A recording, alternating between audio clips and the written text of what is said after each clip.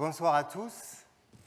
D'abord, je voudrais remercier le pasteur Bruno Astier ainsi qu'Alain Garcia pour la confiance qu'il m'accorde de pouvoir partager ce soir avec vous, et aussi à mon frère Thierry Sujol, enfin, toute la confiance qui m'est accordée, conscient que bien, la Bible nous dit que nous ne devons pas être nombreux à enseigner car c'est quelque chose de sérieux et pour lequel nous serons jugés plus sévèrement. Il est dit dans la parole de Dieu, n'est-ce pas? Alors, vous avez peut-être l'habitude de me voir sur l'estrade pour les chants, pour la musique. C'est une chose dans ce sens-là. Pour l'exercice auquel je m'apprête ce soir, c'en est une autre. Je vous avoue que je suis assez, on va dire, ému. Voilà. Pour commencer, j'aimerais introduire ces moments avec une histoire. J'allais vous dire, connaissez-vous l'histoire d'Héléna? Mais en fait, vous ne devez pas la connaître puisqu'elle est le fruit de ma méditation de ces derniers jours. Héléna était une jeune femme qui a soif de spiritualité et qui désire trouver la paix. Alors, ça tombe bien puisque ce jour-là, il y a sur une grande place de la ville des associations qui se réunissent et il y a l'occasion là pour elle peut-être de trouver ce qu'elle recherche. Elle arrive sur cette grande place et elle entend 3 hommes se disputer très vivement. Alors intriguée, elle s'approche, elle juste sans faire de bruit, elle s'approche, elle écoute la dispute. Et le premier commence à dire « Non, c'est nous qui avons raison. Nous sommes de la première époque, nous sommes issus de la vraie source, nous sommes l'universel, c'est nous qui avons raison. » Et alors le deuxième l'interrompt et dit « Vous dites n'importe quoi. Nous sommes sortis de vous parce que vous aviez rajouté des pratiques à ce que dit le livre. Et donc, c'est nous qui sommes dans le vrai. » Et le troisième s'est tourné vers eux un petit peu en rigolant, en disant « Ah, ça fait bien belle lurette que vous ne respectez plus ce qu'il y a écrit dans le livre. Nous sommes peut-être de la dernière époque, mais c'est nous qui avons raison. » Et là, d'un coup, il réalise que la jeune fille était là. Il se tourne vers elle, et tous, d'un commun accord, curieusement, il lui tend un livre. Et aux surprises, ce livre est le même. Il y a le même titre dessus, peut-être que la couverture est différente, ce n'est pas la même couleur, mais c'est le même livre. Alors la jeune fille les regarde comme ça, elle était venue chercher la paix, et elle voit cette dispute, cette discorde. Elle leur dit « Vous voulez vraiment que je prenne ce livre? Moi qui venais chercher la paix, si c'est pour avoir tant de discorde, ça ne m'intéresse pas. » Et elle tourne les talons et elle s'en va. L'histoire ne nous dit pas ce qu'Héléna a fait ensuite, si elle a trouvé quelque chose qui lui convenait ou pas, mais ce qui est sûr, c'est qu'elle n'est pas revenue près de ces hommes-là. Plus tard, ces hommes sont rentrés chez eux et chacun à leur tour, ils ont rencontré un inconnu. Cet inconnu qui leur a dit « Connais-tu si peu le contenu... » Je ne sais pas si vous m'entendez. Ouais. « Connais-tu si peu le contenu du livre que tu en aies oublié, eh bien, le message principal. » Combien Dieu a aimé l'humanité pour venir se sacrifier pour lui. Connais-tu si peu le message de ce livre pour oublier combien cet homme, ce Dieu fait homme, qui est venu sur cette terre a parlé aux religieux de son temps? Comment il considérait les religieux de son temps? As-tu si peu connaissance de ce livre pour en oublier le commandement qui est d'aimer son prochain comme soi-même? C'est d'ailleurs comme cela que l'on voit que nous sommes de Dieu. Connais-tu si peu ce livre pour en avoir oublié la mission qui est donnée, celle de partager la bonne nouvelle qui est contenue dans ce livre? Alors ces 3 hommes ont été repris dans leur cœur, ils auraient bien voulu retrouver la jeune fille pour essayer de s'expliquer. Mais cela n'aura pas été permis, afin qu'ils se souviennent toujours que nos actes ne sont pas sans conséquence. Et afin qu'ils se souviennent aussi qu'il est important de donner toujours une bonne image de ce qu'ils veulent apporter. Je vais en venir au message. Je voulais juste conclure par rapport à ça, simplement, puisque mon message s'intitule « 2 familles, 2 chemins, 2 destinées ». Ça ne parle pas d'être chrétien ou pas. Ça, je pense que ça concerne ces 2 chemins des chrétiens. Simplement, Aujourd'hui, particulièrement dans ce monde, eh bien, il y a deux sortes de chrétiens. Et ma prière ce soir, c'est que nous puissions tous être de ceux qui vont avoir vraiment cette vie conforme à ce que Dieu attend de nous. Pourquoi j'ai raconté cette histoire d'Elena? Simplement, ces dernières semaines, justement, je remercie le Seigneur parce qu'il y a eu une prière qui parlait des réseaux sociaux, d'Internet et tout ça. Et donc, je suis sur un des réseaux sociaux connus, un des réseaux sociaux qui vous propose des vidéos au fur et à mesure que vous défilez.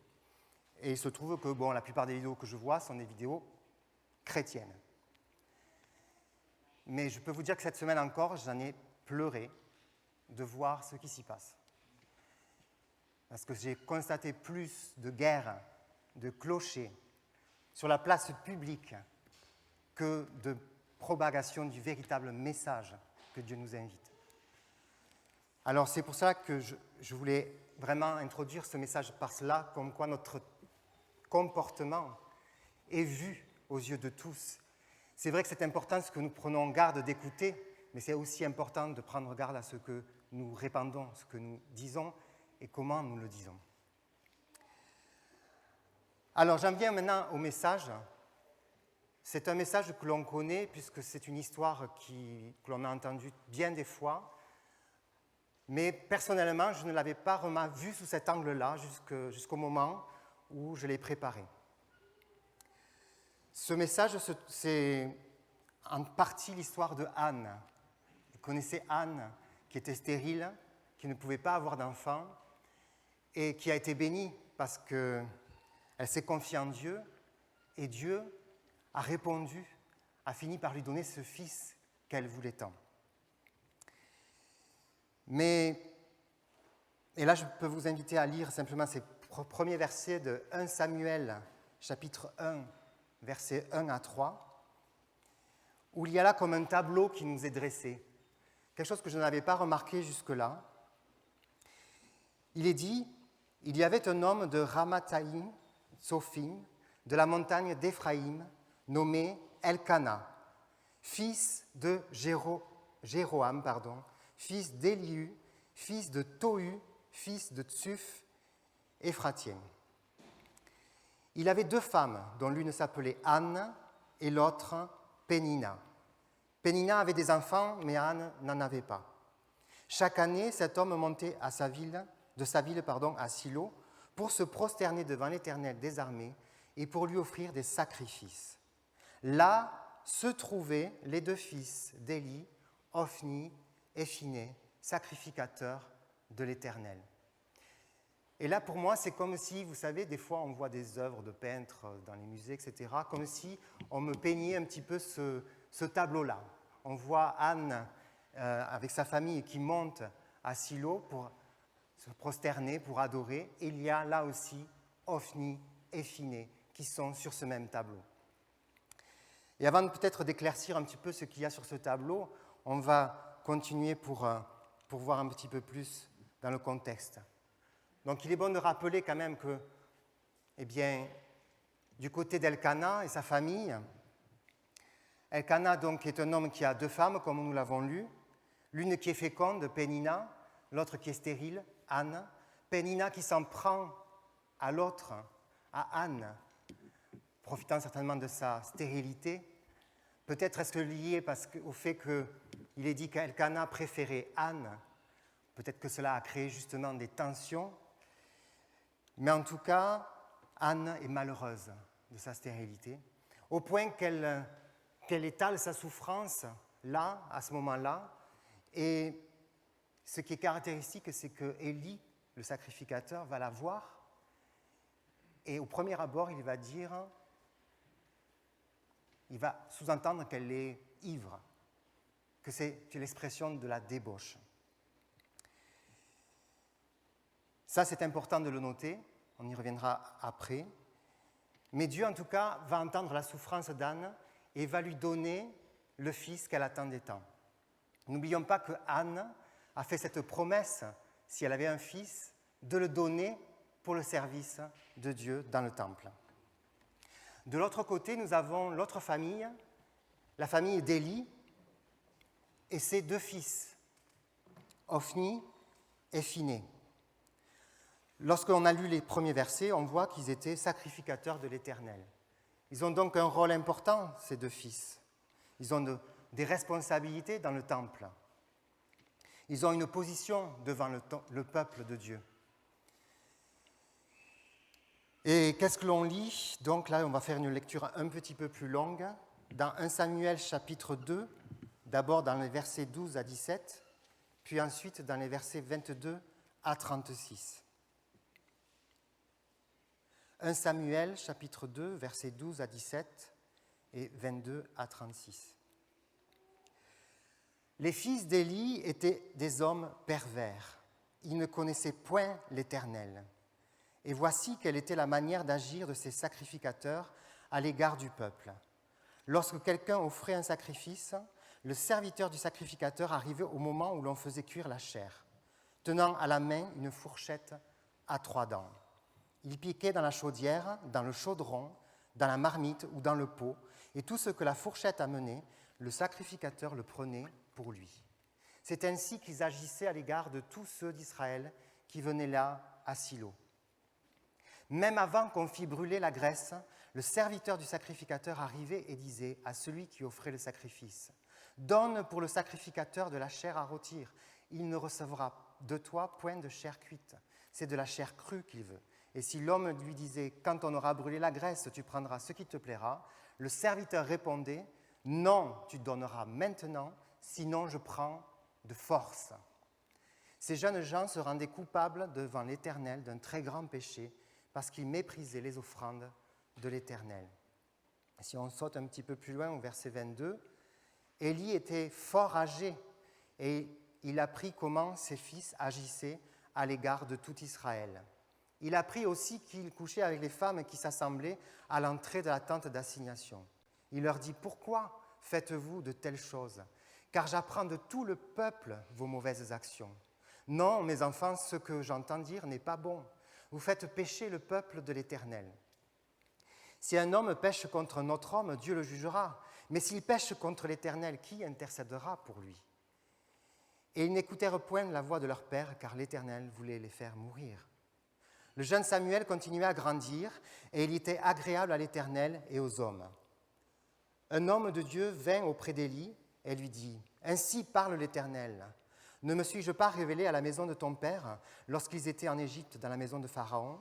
Je l'ai choisi parmi toutes les tribus d'Israël pour être à mon service dans le sacerdoce, pour monter à mon autel, pour brûler le parfum, pour porter les fautes devant moi. Et j'ai donné à la maison de ton père tous les sacrifices consumés par le feu et offerts par les enfants d'Israël. Pourquoi foulez-vous aux pieds mes sacrifices et mes offrandes que j'ai donné de faire dans ma demeure ? Et d'où vient que tu honores tes fils plus que moi, afin de vous engraisser des prémices de toutes les offrandes d'Israël, mon peuple ? C'est pourquoi voici ce que dit l'Éternel, le Dieu d'Israël. J'avais déclaré que ta maison et la maison de ton père marcheraient devant moi à perpétuité. Et maintenant, dit l'Éternel, loin de moi, car j'honorerai celui qui m'honore. Mais ceux qui me méprisent seront méprisés. Voici le temps arrive où je retrancherai ton bras et le bras de la maison de ton père en sorte qu'il n'y aura plus de vieillards dans ta maison. Tu verras un adversaire dans ma demeure, tandis qu'Israël sera comblé de bien par l'Éternel. Et il n'y aura plus jamais de vieillard dans ta maison. Je laisserai subsister auprès de mon autel un des tiens, afin de consumer tes yeux et d'attrister ton âme. Mais tous ceux de ta maison mourront dans la force de l'âge. Et tu auras pour signe ce qui arrivera à tes 2 fils, Ophni et Phiné. Ils mourront tous les 2 le même jour. Je m'établirai un sacrificateur fidèle qui agira selon mon cœur et selon mon âme. Je lui bâtirai une maison stable et il marchera toujours devant mon oint. Et quiconque restera de ta maison viendra se prosterner devant lui pour avoir une pièce d'argent et un morceau de pain et dira : attache-moi, je te prie, à l'une des fonctions du sacerdoce, afin que j'ai un morceau de pain à manger. Alors, ici, nous avons le tableau qui se précise. Si tout à l'heure, nous voyions Anne, sa famille monter à Silo, Ophni et Phiné qui étaient là, nous avons l'image de ces 2 hommes qui sont plutôt dans les plaisirs de la chair, dans les plaisirs, on va dire, de la terre, ne s'inquiétant pas du royaume de Dieu, de son service réellement. Je me suis intéressé à la signification de ces deux prénoms, Ophni et Phiné. Ophni, ça signifie boxeur. Et Phiné, ça signifie bouche de cuivre. Alors évidemment, boxeur et bouche de cuivre, si on regarde d'abord bouche de cuivre, ça évoque la pureté, la chaleur, la lumière. C'est étonnant, n'est-ce pas, quand on voit le comportement. Ophni, ça signifie boxeur, j'ai dit. Ça me fait penser à ce verset qui dit que ce sont les violents qui s'emparent du royaume de Dieu. Et nous sommes appelés à être zélés pour le royaume de Dieu, pour cela, pour servir Dieu et sa maison. Mais ce qui s'est passé, c'est que Ophni et Phiné, ne se sont pas vraiment tournés vers Dieu.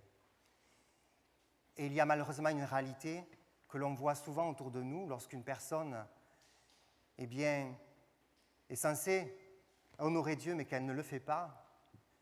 Le diable, l'ennemi de nos âmes, va tout faire pour que ces personnes démontrent le contraire de ce qu'elles sont censées faire.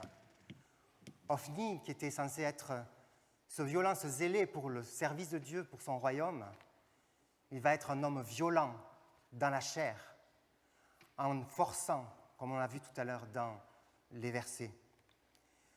Phiné, lui, qui était censé porter la pureté, la chaleur, la lumière, il y a là l'impureté, comme il nous est cité dans tout ce qu'ils faisaient, tous les deux. Ils étaient prévus pour être tous les deux comme des frères associés pour vraiment travailler pour Dieu. Au lieu de cela, ils ont fait de leur position une position de blasphème. D'un côté, donc, nous avons une famille d'Elkana. Elle est certes loin d'être parfaite. Il y a des tensions, mais il y a là le désir de s'approcher de Dieu, la crainte de l'Éternel, de faire sa volonté. Anne vraiment s'approche de Dieu avec ce désir de voir Dieu agir dans sa vie et autour d'elle. Elle demande un fils, mais ce fils, il n'est pas pour elle. Qui aurait demandé un fils pour le donner au service de Dieu ? Qui ferait cela ? Est-ce que vous demanderiez à Dieu un fils pour le laisser dans la maison de Dieu et ne jamais en profiter ? C'est quand même un acte, je pense, qui montre là un véritable amour pour Dieu et pour le peuple de Dieu. Car ce n'était pas seulement pour Dieu, mais c'était pour le peuple. Samuel était appelé à servir dans le temple pour le peuple. Et de l'autre côté, nous avons une autre famille qui sont dans une position de responsabilité dans le temple et qui, comme je disais, déshonorent non seulement cette position qui leur est donnée, mais déshonorent le Dieu qu'ils sont censés servir, déshonorent le peuple qu'ils sont censés servir. Il y a là aussi quelque chose qui cloche dans le comportement même d'Élie. Je crois bien qu'Élie n'a pas toujours été comme cela. Certainement, peut-être il y a quelque chose qui s'est passé, qui a changé dans sa vie, dans son cœur. Lorsque Anne, vous vous souvenez tout à l'heure, elle s'est pendée devant Dieu pour demander ce fils. Il a vu d'abord là le signe d'une débauche, alors que le désir de Anne était pur. Il était plein de bonnes intentions. Elle était en train de demander un fils pour Dieu. Et Élie lui fait des reproches. Ce qui était bien est vu comme mal. D'un autre côté, Ophni et Phiné, eux, ont fait le mal pendant tant d'années et ils ne le voyaient pas.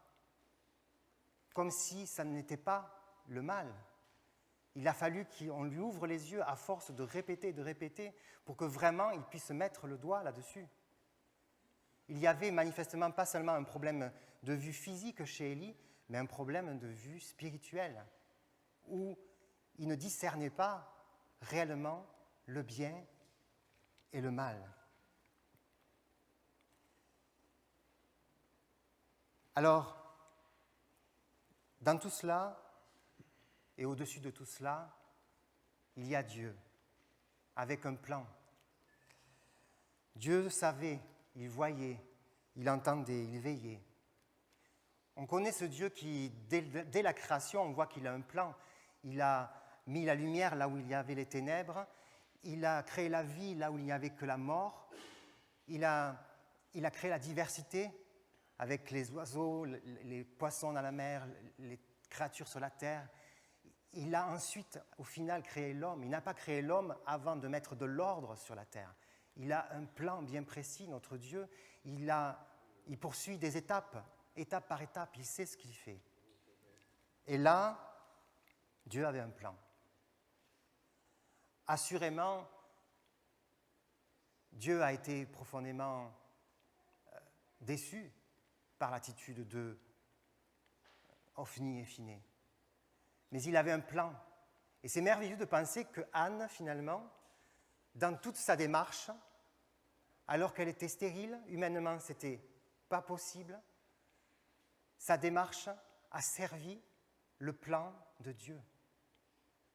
Elle était en ligne avec le plan que Dieu avait, non seulement pour sa vie à elle, mais pour le reste du peuple. Et c'est vraiment cela qui est formidable. Quand on y réfléchit, on a là vraiment l'opposition de deux principes. Anne a placé Dieu en premier. Anne, ça signifie grâce, n'est-ce pas? Elle a placé Dieu en premier et elle a bénéficié de la grâce. Elle n'avait pas humainement droit à cet enfant, mais par la grâce que Dieu lui a accordée, elle a pu enfanter non seulement un fils, mais on sait ensuite qu'elle en a eu plusieurs, qu'elle a eu encore plus. Et là, on voit aussi donc ce Samuel arriver, cet héritage de la grâce qui nous montre une continuité, la vie qui se caractérise, qui se manifeste. Anne avait compris que Dieu bénissait au-delà de tout ce que nous pouvons espérer en tant qu'être humain et l'importance de le mettre à la première place. Elle l'avait compris. Et on peut dire aussi qu'elle avait une grande confiance en Dieu. Parce que n'oublions pas que tout le peuple était au courant de ce que Hophni et Phinées faisaient. Jusqu'à un certain stade, Élie était le seul à ne pas le voir, manifestement. Mais tout le peuple le voyait. Donc Anne savait très bien, quand elle allait confier Samuel au service dans le temple, ce qu'il attendait à son fils. Est-ce que vous auriez confié un fils à une personne que vous ne connaissez pas tant que ça, et dont vous voyez le fruit au travers de deux autres fils qui se comportent aussi mal? C'était une chose déjà de le laisser dans le temple, mais en plus de le laisser confier dans un tel contexte, il lui en fallait de la confiance. Vraiment, je trouve cet exemple marquant. D'ailleurs, elle vivra cette réalité qui est dite dans Isaïe 54, verset 1, « Réjouis-toi, stérile, toi qui n'enfantes plus, fais éclater ton allégresse et ta joie, toi qui n'as pas douleur, on pourrait dire, mais car les fils de la délaissée seront plus nombreux que les fils de celle qui est mariée. » Et je crois qu'elle a vraiment vécu cette expérience de là où il n'y avait pas de vie, là où il n'y avait pas d'espoir, bien par la foi, parce que c'est déjà une forme de foi, même si nous n'étions pas dans le temps où Jésus est arrivé, eh bien, elle a pu voir la promesse se réaliser. De l'autre côté, de la famille d'Élie, on voit là l'intérêt propre. Ce qui compte, c'est le propre plaisir d'Hophni et Phinées. Élie, lui, s'est contenté de leur faire des reproches. Fallait-il s'arrêter là ou être plus catégorique? Il fallait stopper cette attitude totalement. Il fallait vraiment prendre des mesures radicales pour les écarter. S'ils n'écoutent pas, ça veut dire que le comportement a continué. Rien n'a changé. Et donc il fallait prendre des mesures vraiment sévères. Mais il a préféré comme ça lui a été reproché, ses fils plutôt que Dieu. Plus tard, Samuel, vous connaissez aussi le moment où Dieu va parler à Samuel, il l'appelle, au début Samuel va voir Élie, puis Élie lui dit non, et au final il l'invite à écouter ce que Dieu a à lui dire, et là Dieu va parler à Samuel, et va lui révéler ce qu'il va faire dans la famille d'Élie. Élie va demander à Samuel de tout lui répéter. Et quand Samuel va répéter à Élie tout ce qui va arriver, qui est en fait une répétition de ce que l'homme de Dieu avait dit, qu'est-ce que Élie répond ? C'est l'Éternel qui fasse ce qui lui semblera bon. Je ne sais pas vous, mais moi, si on venait m'annoncer tes fils se comportent mal, ils vont mourir. Je sais que Dieu est le Dieu Tout-Puissant, quand sa bouche a parlé, il accomplit. Mais on a un autre exemple dans la parole de Dieu, de David, qui avait gravement péché. Et de ce péché était né un fils, et qu'il avait annoncé qu'il mourrait. Et qu'a fait David ? Il a crié à Dieu. Jusqu'au dernier moment, il a crié à Dieu pour implorer la grâce de Dieu. Et Élie n'a pas fait cela. Il ne s'est pas humilié, il n'a pas pleuré devant Dieu pour espérer voir les choses changer. Et là, on peut voir qu'effectivement, c'est comme si, écoutez, c'est la loi, arrive ce que pourra. On a là vraiment l'opposition, d'un côté d'une femme à qui cet enfant était impossible, mais elle a crié à Dieu jusqu'à obtenir. Et de l'autre côté, un homme à qui on annonce la mort de ses fils et qui ne va pas se remettre plus en question que ça.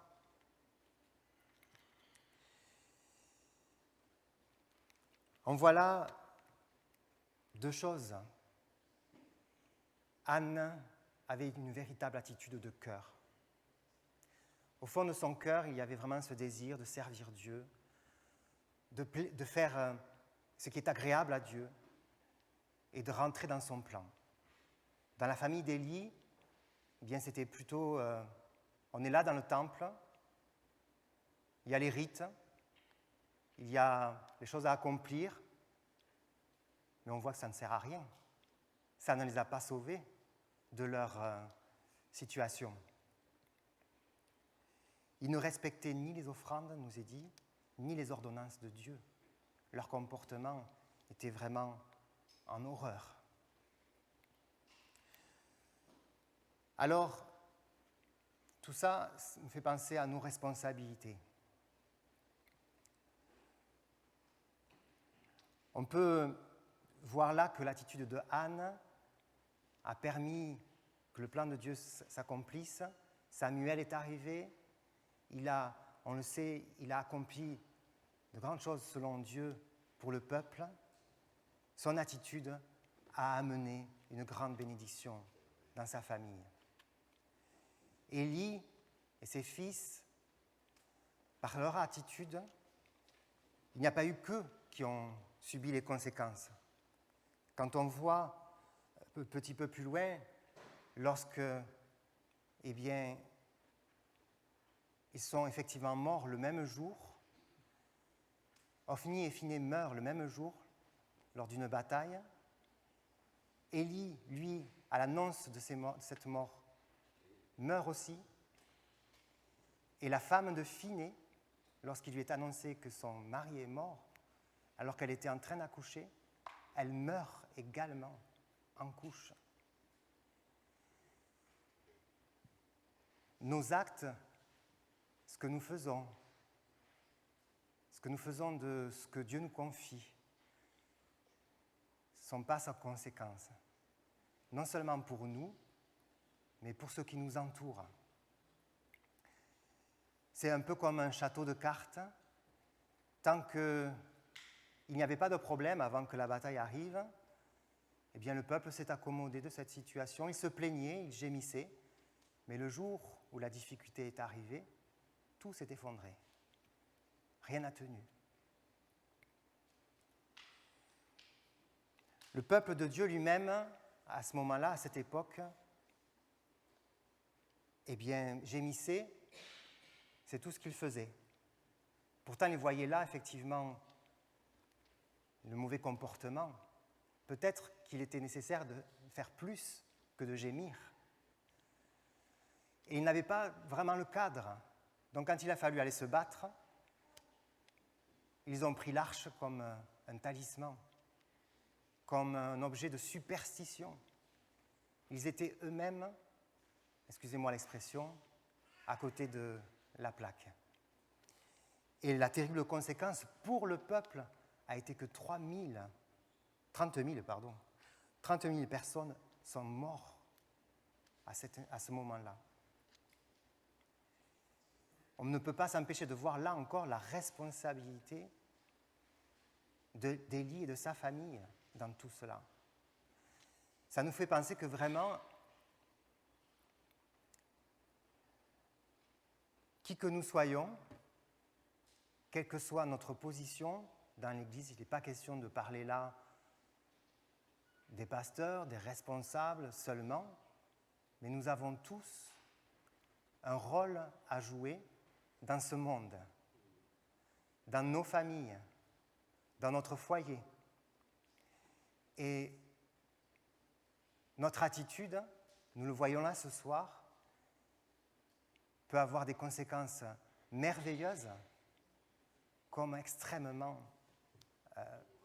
douloureuses, fâcheuses, terribles.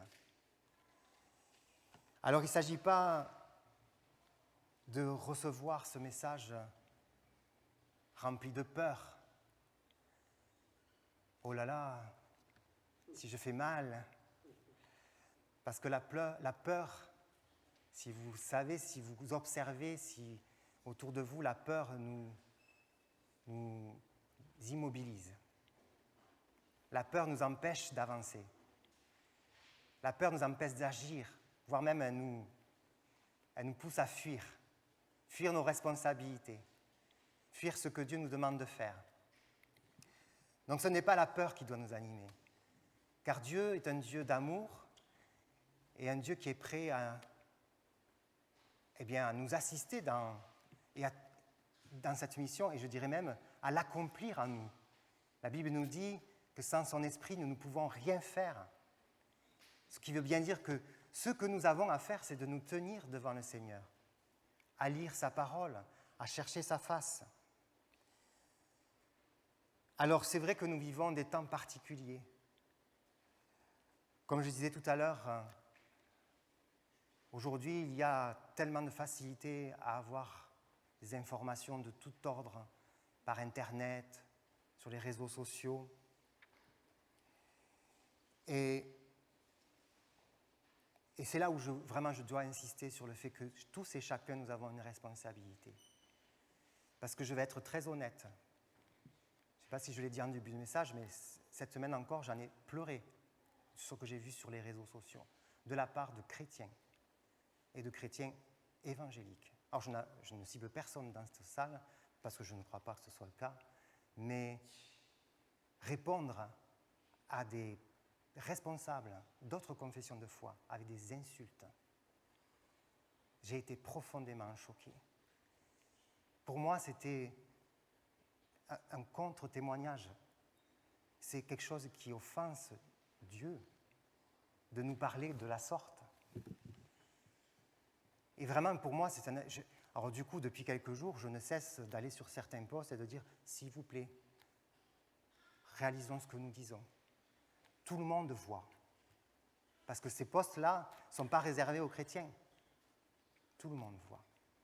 C'est pour ça que je vais vous raconter l'histoire d'Elena, simplement pour imager ce qui se passe sur les réseaux sociaux. Et pour moi, c'est une véritable souffrance de voir ça. Parce que attaquer quelque autre religion que ce soit, à tort ou à raison, ce n'est pas ça le problème. quand nous faisons cela, nous perdons du temps et nous montrons juste un témoignage de guerre intestine, si je puis dire. Et malheureusement, ce que j'ai constaté, parce que je vais creuser un petit peu, les personnes qui font ça, souvent, elles ne publient rien de leur côté. Elles vont juste sur les comptes pour régler les comptes. Et je ne crois pas qu'en tant que chrétiens, nous soyons là pour ça. Nous ne sommes pas là pour défendre une religion. Nous sommes là pour parler de Jésus. Jésus qui sauve, qui guérit, qui délivre et qui désire encore aujourd'hui sauver. Et c'est pour ça qu'il est important que ce soit sur les réseaux sociaux, que ce soit dans nos familles, que ce soit dans nos vacances, que nous puissions vraiment réaliser que nous sommes regardés, nous sommes observés et que nous avons une responsabilité. Je lisais ce verset également, qui est dans Ézéchiel, chapitre 33, verset 8. « Si tu ne parles pas pour détourner le méchant de sa voie, ce méchant mourra dans son iniquité, et je te redemanderai son sang. » Et c'est vrai que